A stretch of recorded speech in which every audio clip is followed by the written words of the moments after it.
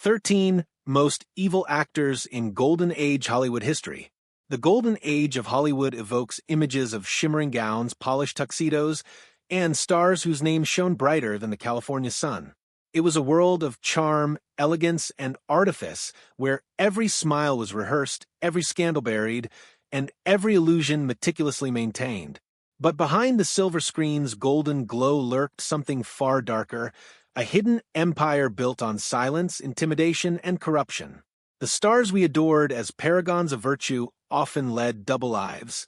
Their faces lit up the world's imagination, while their private deeds revealed something monstrous. This wasn't merely about vanity, ego, or affairs. It was about violence, predation, and the power to destroy lives without consequence.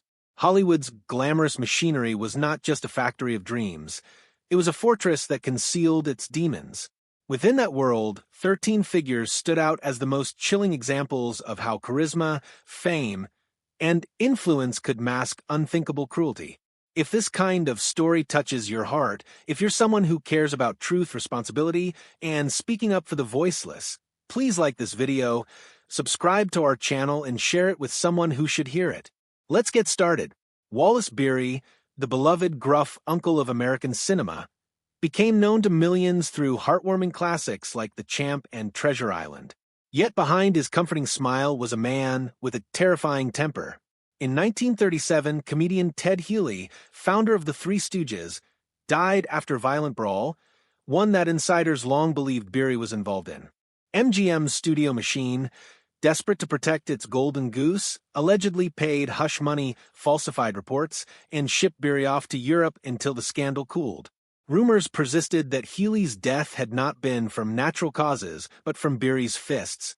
Mickey Rooney, who worked with him as a child, would later describe Beery as cruel, rough, and frightening, a man who bullied and hit child co-stars off-camera. Hollywood audiences saw a lovable rogue. His victims saw a brute. Then there was Errol Flynn, the dashing hero of Captain Blood and Robin Hood, whose charm defined adventure itself. Flynn's smile and swordplay made him an idol, but his appetites were darker than any villain he fought on screen. In 1942, he was charged with statutory assault involving two underage girls, Betty Hansen, 17, and Peggy Satterley, 16.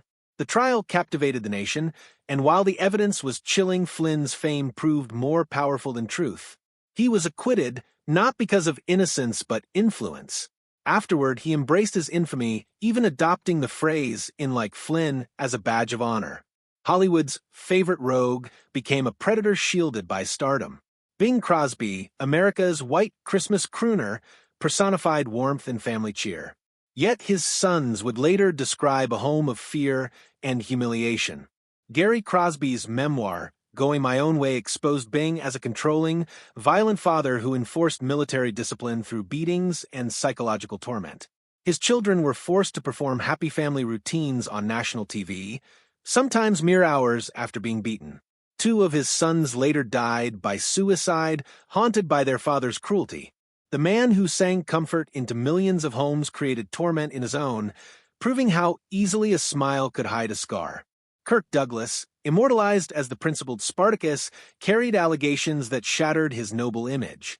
Multiple sources, including Natalie Wood's sister Lana, accused Douglas of brutally assaulting a 15-year-old Natalie at the Chateau Marmont in the 1950s, a claim that persisted for decades, whispered among those who knew Hollywood's darker truths. Douglas's power insulated him from consequences. His status as both star and producer made him untouchable. The studios, desperate to preserve their icon, buried whispers under contracts and fear. For years, actresses avoided speaking out, knowing the cost would be their careers. Hollywood's golden boy, whose character stood for justice, allegedly committed acts that defined injustice itself. The tragedy of Roscoe Fatty Arbuckle marked one of Hollywood's earliest and most sensational scandals.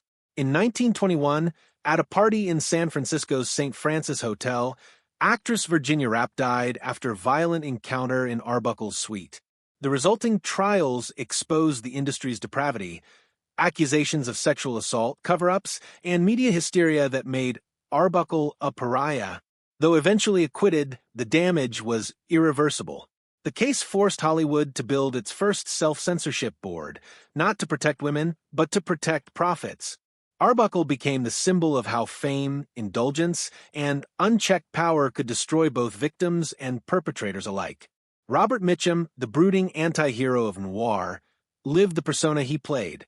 Arrested for drug possession in 1948, he cultivated a bad boy image that thrilled audiences. Yet, beneath the cool exterior lay volatility and violence. He was known for drunken rages, abusive relationships, and intimidating those around him. His affair with underage girls was whispered about, but the studios turned danger into marketable mystique. Mitchum's public persona, rebellious but charming, was carefully designed by publicists to disguise something far uglier.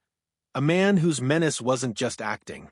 In contrast, Sterling Hayden, remembered as the rugged hero of the asphalt jungle, committed no physical crimes, but performed a betrayal that cost others dearly. During the McCarthy era, witch hunts, Hayden appeared before the House Un-American Activities Committee, naming friends and colleagues as communists to save his own career. Dozens lost their livelihoods. Years later, Hayden would call it the worst thing I ever did, more shameful than anything he'd witnessed in war. His remorse could not undo the lives ruined by his testimony. The moral cowardice of fear, not violence, made him one of Hollywood's most haunting figures.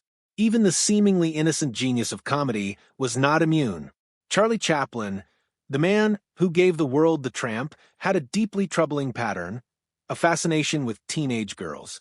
He married 2 underage wives, Mildred Harris at 16 and Lita Gray at 15, and faced paternity suits that exposed his predatory behavior. When the government could no longer stomach his scandals, they exiled him, revoking his re-entry permit in 1952. Chaplin's exile was publicly justified by his politics, but privately driven by disgust for his sexual misconduct. The beloved icon of innocence had preyed upon it. Adolphe Menjou, Hollywood's suave gentleman, turned villain not through violence but zealotry. A fervent supporter of the McCarthy-era purge, Menjou gleefully named fellow actors and writers as communists, destroying careers with pride. He didn't cooperate reluctantly, he relished it.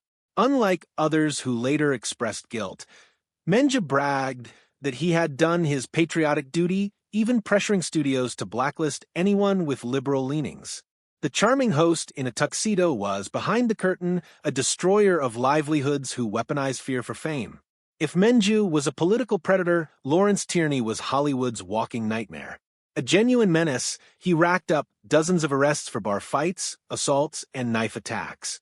Directors called him Hollywood's most dangerous man. His rage was so uncontrollable that on the set of Reservoir Dogs, Quentin Tarantino had to stop filming when Tierney became violent toward crew members. Insurance companies refused to cover films if he was cast. Tierney's danger wasn't hidden, it was tolerated, even romanticized, until his violence became unprofitable. William Talman, forever remembered as the unlucky prosecutor Hamilton Berger on Perry Mason, fell from grace in scandalous fashion. In 1960, police raided a wild Hollywood party where drugs, nudity, and allegedly minors were found, Talman among them. Though charges were dropped, CBS fired him instantly to protect the show's wholesome image. His reputation shattered, he spiraled into addiction. The very actor who symbolized justice became a cautionary tale about hypocrisy and downfall. His story proved that even the appearance of moral failure could end a career in a world obsessed with illusion. Tyrone Power, the era's quintessential matinee idol, embodied romantic perfection on screen, but biographers later revealed a darker private world. Behind the glamorous romances arranged by his studio were disturbing allegations involving underage girls and young male assistants. Power's charm was weaponized, his behavior meticulously covered up by 20th Century Fox's vast network of fixers, lawyers, and paid silence. His image was worth millions, and that value bought secrecy. The studio's deception machine operated at full force, creating alibis, intimidating potential accusers, and crafting an image of purity that bore no resemblance to reality. Power's story is perhaps the most chilling illustration of how thoroughly the studio system could fabricate innocence out of exploitation. And then there was George Jessel, the Toastmaster General of Hollywood, whose charm curdled into bigotry. Once a beloved entertainer, Jessel's comedy became a toxic relic as America's social conscience evolved. Into the 1970s, he continued telling racist jokes and defending oppressive regimes, alienating peers who once adored him. His public tirades against civil rights leaders and support of anti-Semitic governments shocked even his own community. Blacklisted from talk shows and condemned by contemporaries, Jessel became a relic of hate in an era moving forward without him. Together, these 13 figures reveal the haunting duality of classic Hollywood. Beneath the glamour lay a kingdom of cruelty, a world where image outweighed ethics and profit justified silence. Studios employed entire networks of publicists, fixers, police contacts, and private investigators to bury the sins of their stars. The protection wasn't about justice, it was about preserving illusions worth millions.